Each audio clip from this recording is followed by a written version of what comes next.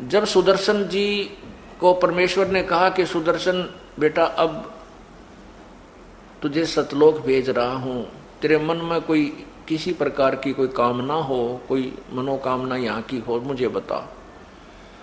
तो सुदर्शन जी ने कहा है प्रभु आपने ऐसा ज्ञान दे दिया है कि यहाँ की किसी चीज की इच्छा दास को नहीं रही, और जब आप आज्ञा दोगे तभी आपका दास आपके साथ साथ चलने को तैयार है।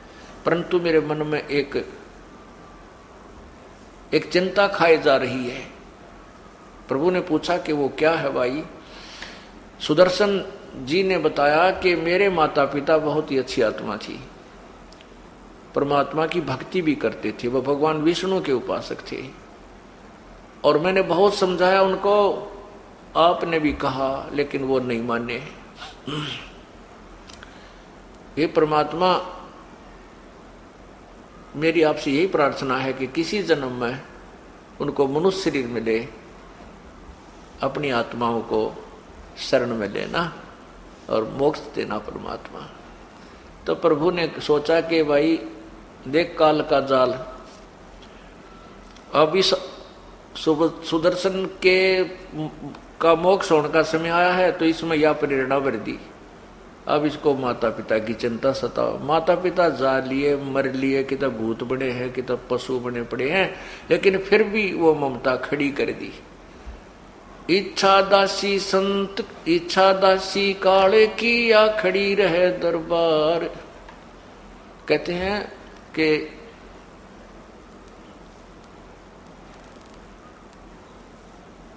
इच्छा दासी काल की, या खड़ी रहे दरबार, पाप पुण्य दो वीर हैं।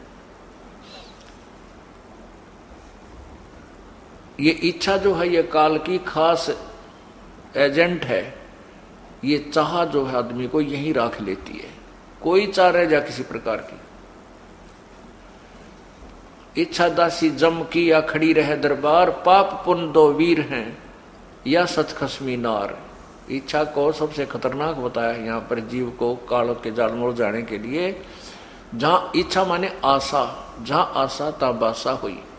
अब सतलोक जाने का टाइम आ गया था, अब उसको माता पिता याद आ गए, अब आशा होगी ना। अब जहां वो उसके माता पिता को जन्म था, अगर परमात्मा ना पूछते उससे, तो उसके मन में तो अरे बीमारी थी ये, तो वहां वो भी ले डूबती, उसने जन्म उसका होता, और माता पिता के पास के मेरा कौन सी दुनिया में वो थे वहीं काल भेज देता, ले भाई तेरी माता पिता तो मिलना चाहता है, तो उसकी अच्छा आशा है। लेकिन परमात्मा ने हमें सब उदाहरण दिए हैं ताकि हम आगे सावधान रहें। अब उसने परमात्मा ने कहा ठीक है बेटा तू चिंता मत कर, तेरे माता पिता ने मैं पार कर दूंगा, ये मेरा वचन है। देखो एक जीव को काल से छुटवाने के लिए परमात्मा ने वचनबद्ध होना पड़ा कि कदे इसने भी काल डंडी ना मार जा। तो पुण्यात्माओं आप घबराना नहीं, कहते हम ना पावा हमारे साथ ऐसा करते नहीं। ये तो पहले एग्जाम्पल दिए हैं परमात्मा ने, फाउल पॉइंट बताए हैं कि तुम ऐसे मार खाओगे। इस बातों का पता लग गया जब मार खाओगे कौन ही न, बिना बेरे मार खा जाते हम। तो उस समय जब आप यहाँ से चलने लगोगे, ये ज्ञान आपके आगे घूमने लग जाएगा आपकी आंखों के सामने कि अब नहीं किसी ने याद करते, पीछा छूटने दे, जो होगा परमात्मा के चरणों में चलेंगे। और अगर ऐसे हम आशा रखेंगे तो फिर फाउल हो जाएंगे। तो इस अब तो पार होना ही होना, ये तो समय आ गया है। परमात्मा ने बहुत पहले बता दिया था कि उस समय में सभी अंशों को पार करूंगा और फाउल होने नहीं दूंगा, होंगे तो उनको संभालूंगा। ये ज्ञान से, भक्ति से, समाधान से तो आपको पार करके छोड़ देगा। लेकिन उसके लिए आपने क्या करना पड़ेगा? द्वार धनी के पड़ा रहे, धक्के धनी के खाए, 100 काल झकझोल ही पर द्वार छोड़ ना जाए। इतना जरूर करना पड़ेगा। शरण पड़े को गुरु संभाले, जान का बालक भोला रे, कहे कबीर तुम चरण चित रखो, जो सोई में डोरा रे। बस इतना काम आपका पड़े रहना, सतगुरु के चरणों में पार करेगा। लेकिन बुराइयां छोड़नी पड़ेंगी।